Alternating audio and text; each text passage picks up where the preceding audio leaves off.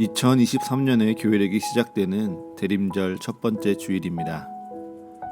이제 우리는 성탄절을 기다리며 한 주 한 주 초에 불을 붙여 나가게 됩니다. 그리고 밤이 새벽을 맞이하며 조금씩 환해지는 것처럼 그 초의 색들은 조금씩 밝아질 텐데요. 오늘은 그 첫 번째 초로 기다림과 소망을 뜻하는 보라색 초에 불이 켜졌습니다. 이 초의 불을 바라보시며 예배할 때 여러분의 마음이 예수 그리스도를 기다리는 기쁨과 기대로 가득 차시기를 축복합니다. 오늘 말씀을 준비하며 문득 궁금해진 게 하나 있습니다. 평소 여러분들의 아침은 어떤 편이신가요? 하루를 시작하는 아침을 여러분은 어떻게 맞이하고 있으십니까? 내가 정해놓고 맞춰놓은 시간에 부지런히 힘을 내고 있습니까? 아니면 어떻게든 그 시간을 피하고 늦추려고 미루는 편이십니까? 얼마 전 저희 아이는 유치원에서 소풍을 다녀왔는데요. 그 전날 밤 아이는 저에게 내일 아침 꼭 깨워달라고, 절대 늦지 않게 꼭 깨워달라고 신신당부를 합니다. 지금껏 늦잠이라고는 없는 아이가 그만큼 내일 떠나게 될 소풍을 기대하며 잠을 청했던 것이죠. 우리도 그렇지 않나요? 여행을 가거나 중요한 일이 있는 전날 밤은요, 기대하고 설레는 마음으로 밤을 맞이합니다. 그리고 누가 시키지 않아도 아주 활기차게 하루를 시작하죠. 그런데 그런 마음으로 매일을 시작한다는 것이 참 쉽지는 않습니다. 피곤하고 지치고 마음이 불편해서 하루를 기대하며 힘을 내기보다 버텨내는 것이 더 힘겨운 시간들이 참 많이 있습니다. 오늘 이사야 선지자가 함께 살아가던 시기에 백성들도 그러했습니다. 하루를 기대하기보다 버텨내기가 매우 버거운 삶이었죠. 그런 그들에게 이사야 선지자는 희망을 이렇게 선포합니다. 그가 열방 사이에 판단하시며 많은 백성을 판결하시리니 무리가 그들의 칼을 쳐서 보습을 만들고 그들의 창을 쳐서 낫을 만들 것이며 이 나라와 저 나라가 다시는 칼을 들고 서로 치지 아니하며 다시는 전쟁을 연습하지 아니하리라. 아멘. 이사야 선지자는 힘을 상징하는 칼과 창을 쳐서 보습과 낫을 만드는 새로운 세상이 올 것이라고 선포합니다. 그리고 이 변화가 모든 열방에 퍼져서 이 나라와 저 나라가 다시는 칼을 들고 서로 치지 아니하고 또한 전쟁을 준비하지도 않는다라고 말하죠. 한데 이 말씀이 선포되어지는 때가 언제였을까요? 이스라엘이 둘로 나뉘어져 극렬하게 대립하던 때입니다. 남유다와 북이스라엘 사이에 전쟁과 다툼이 끊이지 않던 때이죠. 그리고 이스라엘이 약해진 틈을 타서 남쪽의 강자였던 애국과 북쪽의 강자들이었던 아람과 아수르와 바벨론이 끊임없이 이스라엘을 간섭하고 지배하고자 했던 때입니다. 그래서 이 땅에는 전쟁이 끊이지 않았습니다. 계속되는 외부의 위협 속에 나라는 혼란스러워졌지요. 또한 내부에서는 왕이 부패하고 관리는 자기들의 이익만을 챙기며 백성을 보호하지 않았습니다. 그러자 백성들은 각자 살아남기 위해 안간힘을 씁니다. 각자 도생의 길 가운데 하나님의 뜻을 지키기보다 자기의 유익을 찾으려 하죠. 그러한 때에 하나님의 때를 기다리는 이들이 있었습니다. 모두가 자기의 살 길을 찾을 때 하나님의 말씀을 듣기 원하며 하나님의 뜻대로 살고자 했던 이들. 그래서 이 땅 가운데 진정 하나님께서 이루기 원하시는 그 일을 쫓으며 살고자 힘쓰던 남은 자들이 있었지요. 그들을 향하여 이사야 선지자는 말합니다. 오라 우리가 여호와의 산에 오르며 야곱의 하나님의 전에 이르자. 그가 그의 길을 우리에게 가르치실 것이라. 우리가 그 길로 행하리라. 이는 율법이 시온에서부터 나올 것이요 여호와의 말씀이 예루살렘에서부터 나올 것임이니라. 야곱 족속아 오라 우리가 여호와의 빛에 행하자. 아멘.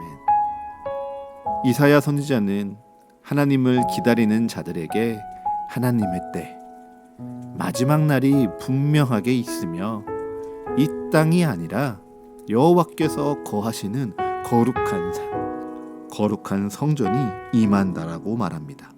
그러니 힘이 지배하고 욕망이 기준되는 이 세상의 길과 방법이 아니라 여호와의 말씀과 뜻에 따른 길이 있으니 그 길로 행하자고 말하죠. 여호와의 빛을 바라보며 우리에게 곧 임할 하나님의 날, 마지막 날을 기다리라고 권면합니다. 그럼 이사야 선지자가 예언한 그 마지막 날은 대체 언제입니까? 마태복음 24장 36절은 그 날에 대하여 이렇게 기록합니다. 그 날과 그때는 아무도 모르나니 하늘의 천사들도 아들도 모르고 오직 아버지만 아시니라. 아멘. 그리고 이어지는 말씀을 보면 그 날이 우리가 생각도 하지 않은 그때에 도둑과 같이 임한다라고 기록하고 있습니다. 이 땅의 삶이 끝나는 날, 마지막 때에 대하여 그저 받아들여야 하는 우리에게는 이 말씀은 조금 불친절합니다. 왜냐고요? 이 세상의 모든 시험은 반드시 끝이 있고 또한 끝이 있으니 새로운 것들을 소망할 수 있는데 하나님께서 우리에게 마지막 날을 소망하게 하시면서도 그 날이 언제인지는 알려주지 않으시니까요. 그런데 우리는 그 알 수 없는 그때를 믿어야만 합니다. 그리고 또한 그때를 기다려야 하지요. 언젠가 이 땅에 하나님 나라가 임하고 모든 생명이 하나님 앞에 서게 되는 그날, 영원한 구원과 심판이 이루어질 그날을요, 우리는 기억하며 기다려야 합니다. 그런데 이런 기약 없는 기다림과 그 가운데 경험하는 삶의 고난들이요, 우리의 믿음을 왜곡시킵니다. 오늘 마태복음을 잘 보면 마지막 때에 대하여 두 가지 비유를 드는데요. 그 첫 번째가 바로 노아의 홍수 사건입니다. 노아의 시대에 온 땅을 덮는 홍수가 있었습니다. 그리고 그 두려운 홍수가 있기 전 사람들은 너무도 평범하게 먹을 것을 먹고 마시고 장가들고 시집갔습니다. 모두가 마지막을 상상하지도 않은 채 일상적인 삶을 누리고 살아가고 있었죠. 그런 그들에게 홍수가 들이닥칩니다. 그리고 온 인류가 갑작스럽게 죽음을 맞이하죠. 이처럼 성경에 기록된 온 인류의 멸망 수준은 아니더라도요, 지금 이 시대에도 개인이 받아들여야만 하는 갑작스러운 죽음이 여전히 있습니다. 러시아가 우크라이나를 향하여 무작위로 로켓을 발사합니다. 그리고 떨어진 그 로켓에 살아남은 사람과 죽은 사람의 모습이 한 장면에 담겨져 뉴스에서 전해집니다. 또 얼마 전에는요, 서울 도심 한복판에서 감당할 수 없는 인파에 사람들이 깔려 수많은 목숨을 잃었습니다. 차량이 갑자기 뒤집어지고요, 거대한 배가 전복되기도 합니다. 안전하다고 여겨지는 건물을 짓는 현장과 수많은 사람들이 함께 일하는 식품을 제조하는 공장에서도 부지불식간에 사람들이 생명을 잃어갑니다. 그뿐인가요? 분명 하나님을 잘 믿고 있습니다. 너무도 자신의 삶에 열심히 살아가고 있어요. 그런데 그들이 때때로 질병으로 생명을 잃기도 합니다. 특별히 내 주위에 사랑하는 사람들이 이유 모를 고통을 겪고 생명을 잃게 되면 우리는 종종 하나님께서 정말 계시는지 묻게 되고요. 하나님께서 이 땅 가운데 역사하고 계시는지 따지기도 합니다. 그러한 고민 가운데 마태복음 24장 40절과 41절을 읽으면 마음이 더 무거워집니다. 한번 읽어볼까요? 그때에 두 사람이 밭에 있음에 한 사람은 데려가고 한 사람은 버려둠을 당할 것이요 두 여자가 맷돌질을 하고 있음에 한 사람은 데려가고 한 사람은 버려둠을 당할 것이니라. 아멘. 너무도 두려운 말씀입니다. 이 말씀을 듣고 있는 여러분은 하나님께서 데려가는 사람입니까? 버려둠을 당할 사람입니까? 나는 하나님께서 데려가시리라고 정말 확신할 수 있습니까? 또한 한 사람은 데려가고 한 사람은 버려둠을 당하며 이 사람들이 이미 결정되어 있다면 지금 이 땅에서 고생하고 고민하는 지금의 이 시간이 무슨 소용인가 고민이 되기도 합니다. 하나님의 마지막 날에 이르기까지 믿음을 지킨 이들에게 온 열방이 칼과 창을 쳐서 농기구를 만들어 사람을 살리는 소망을 선포한다 한들, 또 그때를 마냥 기다린다고 한들 이미 구원과 심판의 운명이 정해졌다고 생각을 하고 나니 그 날을 기억하며 기다리는 것이요 우리에게는 그저 두려움만 남습니다. 그런데 이러한 마음이 하나님의 뜻을 싫어하는 악한 어둠의 세력이 제일 좋아하는 감정이지. 우리는 말씀을 기억해야 합니다. 하나님께서 오심을 기다린다면 말씀을 제대로 기억하십시오. 그저 그 말씀을 들어봤어, 나 그 말씀 알아 라고 기억하지 마시고요. 말씀 속에 담겨있는 은밀한 비밀과 신비를 모두 내 것으로 가져가십시오. 이사야 선지자가 말씀을 선포할 당시 남유다와 북이스라엘 상황이 어떠하였습니까? 외부에선 전쟁이 끊이지 않고요, 내부적으로는 사회적 혼란이 계속되었습니다. 국가가 기능을 잃고 관리들은 역할을 제대로 수행하지 않으며 많은 사람들이 자기 스스로 살 길을 찾아 나갔습니다. 그런데 모두가 그러했습니까? 아니요. 그 가운데에서도요, 하나님의 말씀을 기다리는 남은 자들이 있었습니다. 하나님을 기억하고 하나님께서 오심을 기다리며 하나님의 말씀대로 살아가는 자들이 있었죠. 노아의 때도 마찬가지였습니다. 노아의 방주는요, 아주 오랜 기간 동안 건설되었습니다. 그리고 노아의 방주는 모두가 볼 수 있는 산 꼭대기에 건설되었죠. 그래서 모두가 노아가 하는 일을 볼 수 있었고요, 노아가 하는 일의 목적과 뜻이 무엇인지 물을 수 있었습니다. 그렇기에 노아의 방주는 단지 노아의 한 가족을 구원하기 위한 수단이 아니라요, 지금 이 땅 가운데 선포되어지는 하나님의 말씀의 상징과도 같았습니다. 다만 세상의 모든 사람들이 하나님의 말씀을 보았지만 하나님의 뜻대로 살지 않았던 것이죠. 오직 노아만이 하나님의 때를 기다리며 주님의 뜻을 기억함으로 구원받았던 것입니다. 마태복음 가운데 주님께서 데려간 자도 그러합니다. 이 구분은 어떠한 신학자들이 주장하는 것과 같이 이 땅이 창조된 순간부터 구원받을 자와 버림받을 자가 정해졌다는 것을 의미하는 것이 아닙니다. 다만 하나님께서 임하시는 마지막 날, 지금껏 하나님을 기다리며 하나님의 뜻을 기억하는 이와 그렇지 않았던 이가 구분된다는 뜻이죠. 마지막 날이 오기까지 이 둘은 함께 밭에서 일했습니다. 함께 맷돌질을 하고 함께 밥을 먹고 함께 시간을 보냈죠. 또 어쩌면 이들은 함께 예배를 드리며 함께 교제했을지도 모릅니다. 그런데 함께 살아간다고, 함께 예배한다고 모두가 하나님을 기다리며 하나님의 뜻을 기억하는 것이 아니었던 것이죠.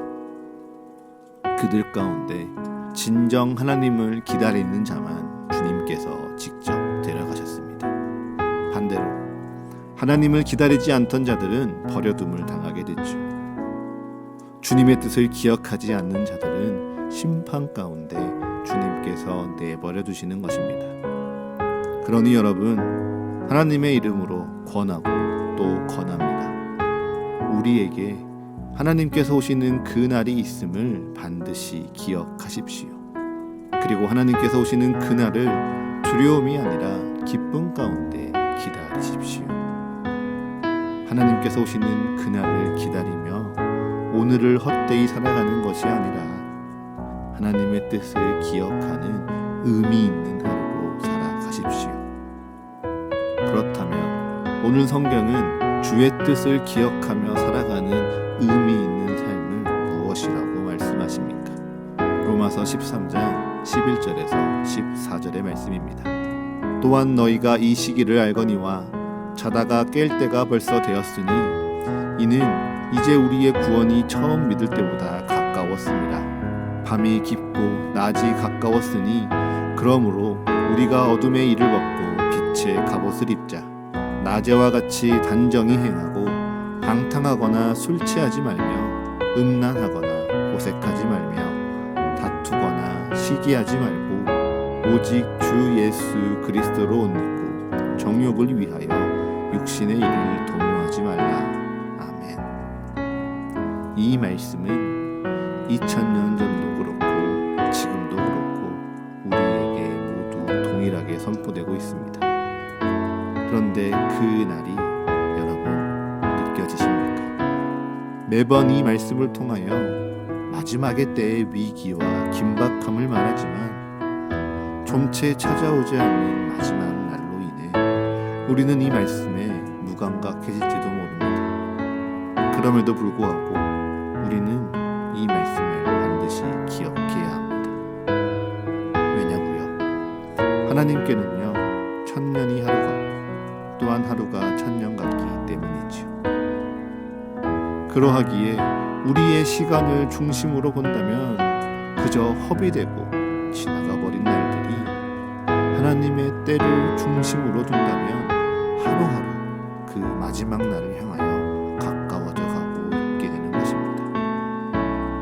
그렇기에 우리가 하나님을 기다리며 하나님의 뜻을 기억하는 삶은요, 나의 시간에 나를 중심 두지 않고 우리 주님을 중심에 두며 사는 것입니다. 내 삶과 내 시간을 내가 선택하고 내가 이끌어간 것 같은 착각에서 벗어나 내 모든 시간을 주님의 시간으로 고백하는 것이죠. 그러한 시간 속에 주님께서는 우리에게 낮에와 같이 단정히 행하라고 말씀하십니다. 낮과 밤의 가장 큰 차이는 무엇입니까? 낮에는 모든 것이 드러납니다. 하지만 밤에는 보이고 싶지 않은 것을 감추어둘 수 있죠. 이 도시를 돌아봐도 마찬가지입니다. 빛이 환한 낮에는 이 도시의 온갖 지저분한 광경이 그대로 드러납니다. 그런데 밤이 되면요, 모든 빛이 사라지고 도시가 보이고자 하는 것만을 비추며 꽤나 그럴듯한 풍경을 만들고 있습니다. 그처럼 우리에게도 밤과 같은 마음이 있습니다. 지저분한 것은 감추고 싶고 보이고 싶은 것만을 드러내며 자랑하고자 하는 마음이 있죠. 일을 할 때, 누군가와 관계를 맺을 때, 심지어 교회에서 나눔을 할 때에도요, 나는 어둠 속에 진정 나의 모습을 감추고 내가 보여주고 싶은 것만, 내가 보여지고 싶은 대로만 보여주고 싶습니다. 그리고는 그것이 나라고 착각하며 살아가죠. 그런데 그렇게 보여지는 대로 보여주면 정말 그것이 내가 되나요? 아니요. 내 안에는 여전히 부끄러운 죄악과 연약한 심령이 살아있습니다. 음란하고 호색하며 시기하고 다투기를 좋아하는 내 죄가 여전히 사라지지 않죠. 그래서 밖에서는 아무리 예의 바를지 몰라도 보이지 않는 공간과 드러나지 않는 관계 속에서 나의 무례함과 공격성이 드러나기도 합니다. 그러한 것이 점점 더 쉬워지고 편해져만 가죠. 그러한 이때에 주님께서 오심을 기다리며 주님을 기억하는 자들에게 주님은 이렇게 말씀하십니다. 낮에와 같이 단정히 행하라고 말입니다. 주님의 빛은 언제나 우리를 향하여 비추고 계심을 기억하십시오. 세상이 밤이 되면 잠시 어두워져 보이고 싶지 않은 것들을 감추는 것처럼 내 모습을 내가 감추면 그것이 가리워질 것이라는 착각에서 벗어나십시오. 언제나 우리를 비추고 있는 그 빛 앞에 하나님의 자녀에 어울리게 살아가십시오. 하나님 나라의 백성답게 질서 있게 살아가시고요. 무엇보다 하나님이 세우신 예배자답게 진실되게 살아가십시오. 그것을 오늘 성경은 예수 그리스도를 옷 입는다라고 설명하고 있습니다. 이 옷은요, 참 신비한 뜻을 품고 있는 것 같습니다. TPO라는 말처럼 때와 장소, 상황에 맞는 옷이 우리의 자세를 결정하고 그 옷이 우리의 태도와 마음가짐을 드러내기도 하는 것이죠. 남성분들은 경험해 보셨겠지만 멀쩡하게 사회생활을 하던 사람들이요, 예비군에 참여한다고 군복을 입으면요, 주머니에 손을 넣고 한껏 불량해집니다. 왠지 모를 반항심이 가슴에서 피어오르죠. 또 출근하거나 밖에서 누군가를 만날 때 갇혀 입었던 옷을 다 벗고 집에서 편안한 옷으로 갈아입고 나면요, 왠지 더 쉽게 게을러지고 왠지 더 나태해지며 밖에서는 하지 않았던 온갖 자연스러운 일들을 서슴없이 하게 됩니다. 그래서일까요? 우리 어른들은요, 밖에서도 집에서도 늘상 옷을 갖춰 입으시려고 노력하셨던 것 같습니다. 지금 돌이켜보면 저희 아버지도 그러하셨습니다. 저희 아버지는 예배에 참석하실 때마다 늘 잘 다려진 와이셔츠에 넥타이 그리고 갖춰진 정장을 입고 예배에 참석하셨습니다. 그리고 돌아보니 그것이 바로 예배에 참석하는 본인의 마음을 준비하는 자세였던 것 같습니다. 이처럼 우리는요, 무슨 옷을 입느냐라는 우리의 표현을 통하여 우리의 마음과 태도를 결정하는 것도 같습니다. 그러니 여러분, 예수 그리스도를 옷 입으십시오.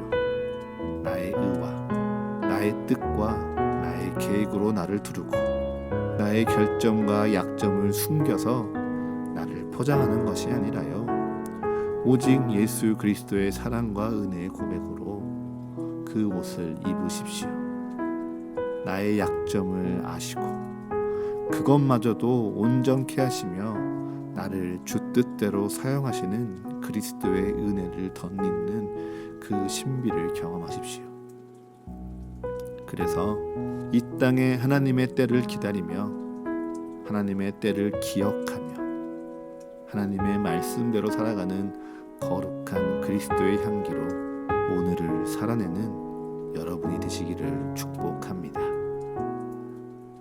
말씀을 정리해 볼까요? 이 땅의 2023년은 아직 한 달여의 시간이 남았습니다. 하지만 교회력의 2023년은요, 오늘 대림절 첫 번째 주일로 시작되었죠. 그래서일까요? 여기저기 거리에는 벌써 성탄 장식이 하나둘씩 보여집니다. 저희 집 앞에 있는 백화점을 지나다 보면요, 벌써 캐럴 소리가 흘러나오고 있어요. 세상은요, 이처럼 벌써 크리스마스를 기다리며 그날을 준비하고 계획하고 있습니다. 여러분은 어떻게 그날을 기다리며 준비하시겠습니까?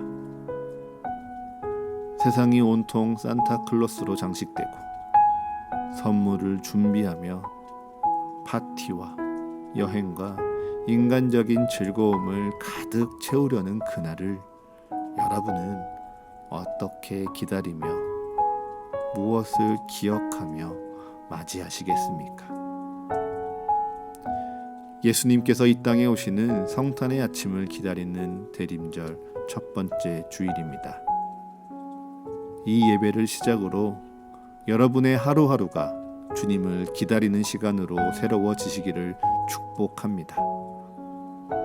주님을 기다리며 주님을 기억하는 이 하루하루가 아무런 기대와 소망 없이 그저 버텨내는 것이 아니라 주님께서 곧 오셔서 나를 새롭게 하실 그 놀라운 기대 가운데 나를 향한 그 은혜에 대한 감사와 찬양으로 나의 하루를 복되게 채워가시기를 축복합니다.